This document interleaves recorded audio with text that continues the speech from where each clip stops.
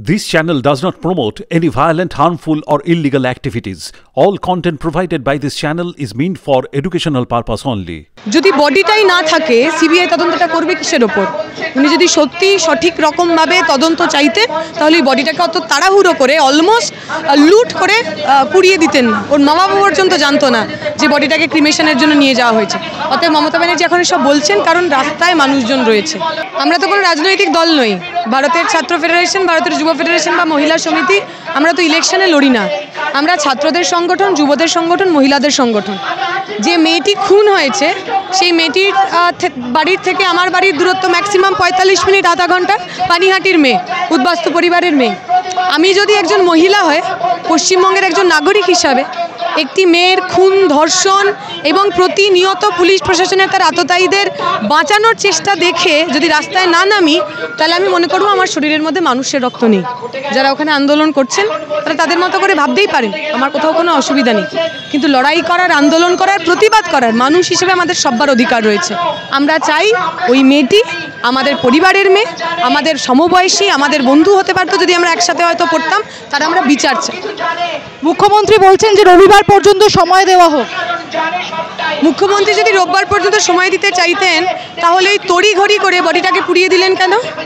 যে কোনো সেক্সুয়াল হ্যারাসমেন্টে the body is the primary evidence, right? সেটা সিমেন্ট স্যাম্পল হতে পারে, সেটা ডিএনএ হতে পারে, সবটাই বডির মধ্যেই রয়েছে। উনি যদি আদেও চাইতেন সত্যিকারের তদন্ত হোক, উনি বলেছেন না সিবিআই তদন্ত করবে। যদি বডিটাই না থাকে সিবিআই তদন্তটা করবে কিসের ওপর? উনি যদি সত্যি সঠিক রকমভাবে তদন্ত চাইতেন তাহলে এই বডিটাকে অত তাড়াহুড়ো করে অলমোস্ট লুট করে পুড়িয়ে দিতেন না। ওর মা বাবা পর্যন্ত জানতো না যে বডিটাকে ক্রিমেশনের জন্য নিয়ে যাওয়া হয়েছে। অতএব মমতা ব্যানার্জি এখন সব বলছেন কারণ রাস্তায় মানুষজন রয়েছে। ওই ছেলেমেয়েগুলো ওখানে আন্দোলন করছেন, সাধারণ মানুষ আন্দোলন করছেন, স্কুলের ছেলেমেয়েরা রাস্তায় নেমেছেন, সেই ভয় থেকে উনি এই কথাগুলো বলছেন। যদি উনি সত্যি অপরাধীদের সাজা দিতে চাইতেন তাহলে মেয়েটার শরীরটাকে ভিতরে যারা আন্দোলন করছেন তাদের সঙ্গে আপনাদের কথা হয়েছে? কথা হয়েছে, বিভিন্ন সময় কথা হয়েছে, ব্যক্তিগতভাবে কথা হয়েছে, অফিসিয়ালিও হয়তো কথা হয়েছে। আমরা এই দুটো আন্দোলনকে খুব প্যারালাল দেখছি না। আমাদের মনে হচ্ছে আমাদের দুটো আন্দোলনের লক্ষ্য একটাই। এই আমার পরিবারের ছেলেমেয়েরা যারা ওখানে ডাক্তার হতে পারে, এই আমার পরিবারের ছেলেমেয়েরা যারা ওখানে সাধারণ মানুষ, সাধারণ রুগী হতে পারে, এবং আমরা সবাই এমন একটা ব্যবস্থা চাই যে ব্যবস্থায় কোনো মেয়েকে ইনসিকিওর ফিল করতে হবে না, তার নিরাপত্তাহীনতায় ভুগতে হবে না। ফলে আমাদের কাছে এই দুটো আন্দোলন প্যারালালে নয়, একে অপরের বিপ্রতীপে নয়, বরং আলাদা আলাদা জায়গায় একই লক্ষ্যের জন্য। আপনাদের স্ট্যান্ড কি থাকছে, মানে এর পরের কর্মসূচি কি হতে চলেছে? আজকে সারা দেশ জুড়ে ভারতের ছাত্র ফেডারেশনের ডাকে যারা মেডিকেল ফ্রেটার্নিটি রয়েছে, মেডিকেল স্টুডেন্ট রয়েছে, আমরা রাস্তায় নেমেছি।